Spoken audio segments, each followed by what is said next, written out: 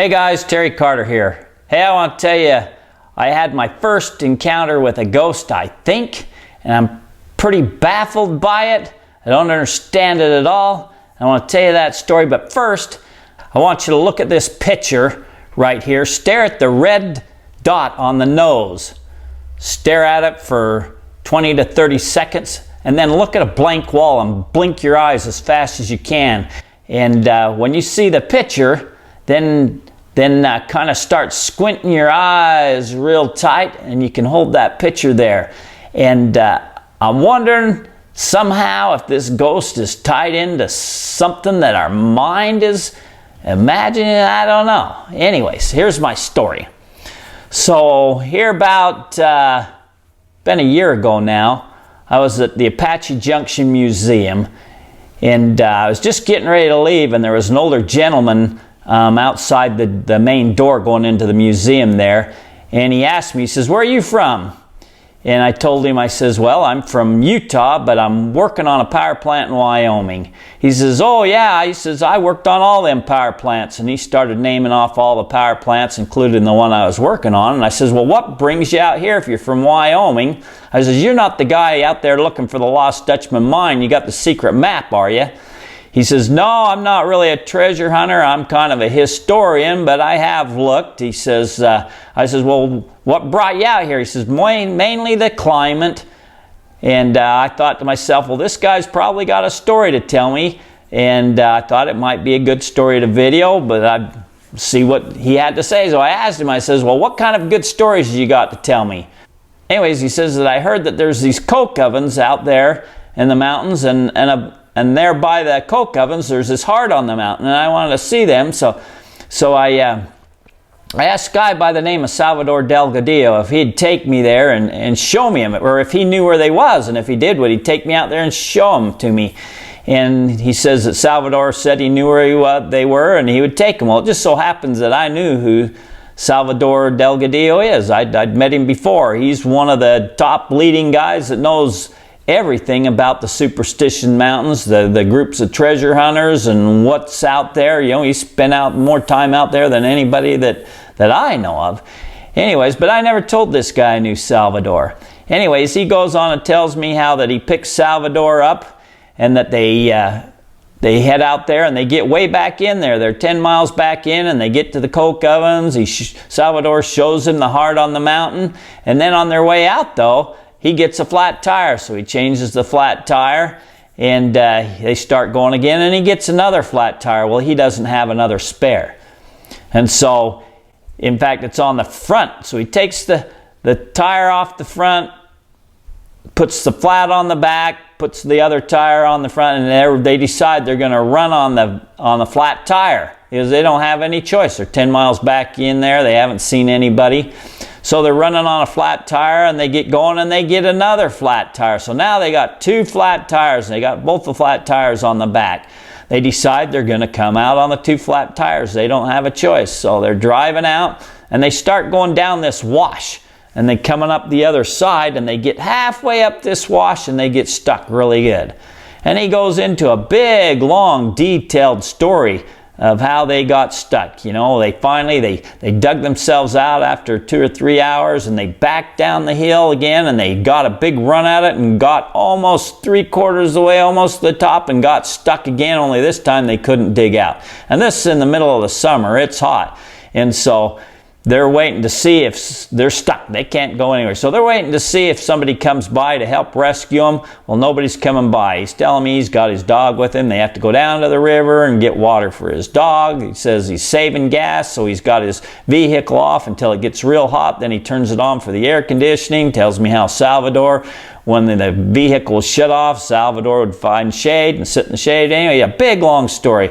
Well, finally they decided at night time that they better hike out. So they start hiking out, and then early in the morning, they've been hiking out all night. Early in the morning, they heard some noise, so they climb up over this butte, and there's a road up there, and there's a motorhome up there with an older couple up there, and the older couple made them breakfast and then took them to town so they could get tires and come back and fix their flats and get out of there. So I thought it was a great story, but I didn't think it was one that, you know, everybody would want to hear. And so I never asked to record it. I never recorded it. That was a big mistake. I wished I'd have recorded that. Anyways, I never thought anything about it. About 4 months later, I happened to be in Apache Junction again, and I seen Salvador Delgadillo, and I completely forgot about this guy and his story. Anyways, I'd heard a story that there was a Egyptian necklace found near Globe, Arizona, and I wanted to know more about that. And so I asked Salvador, have you heard any Egyptian artifacts being found around here? And Salvador says, oh yeah, I've heard that there's a guy found a cave that had Egyptian and Oriental artifacts in it. He says, I don't know exactly where the cave is, but I know the area.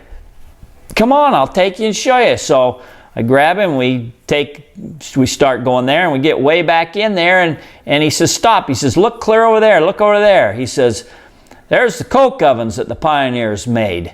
And above that, there's a heart on the mountain.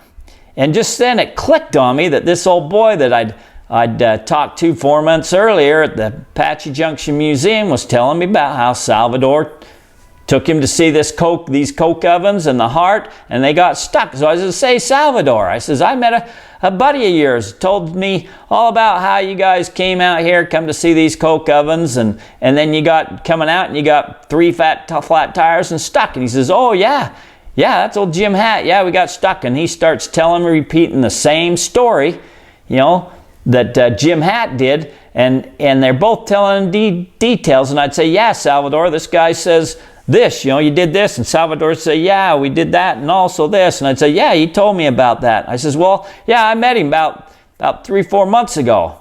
And he looked at me and he says, you couldn't have. I says, what do you mean I couldn't have? He says, Jim's been dead for 8 to 10 years. I said, no way, Salvador. I was talking to that guy just like me and you were talking. He did not look dead to me. He says, well, it couldn't have been Jim then, because it must have been Jim told that story to somebody else and they're repeating it to you.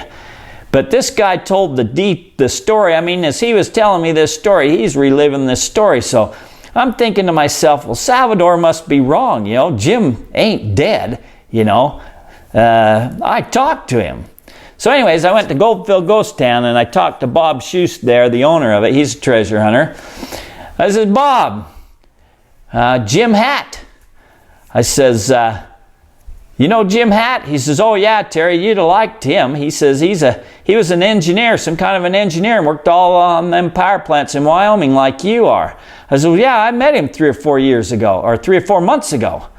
And Bob says, you couldn't have, Terry. I says, what do you mean I couldn't have? He says, he's been dead for 8 to 10 years. I says, no way, Bob. I talked to him just like me and you are talking. There's no way this guy was dead. He says, I don't know what to tell you, Terry. He's been dead for 8 to 10 years. So now I'm really baffled. And so I go back to the museum where I see this guy, and I says, hey, I'm talking to one of the museum guys there, and I says, Jim Hatt, he around? And the guy says, there's nobody here by the name of Jim Hatt. I says, man, I just talked to him 3 or 4 months ago. He says, hey, I've been here 4 years ago.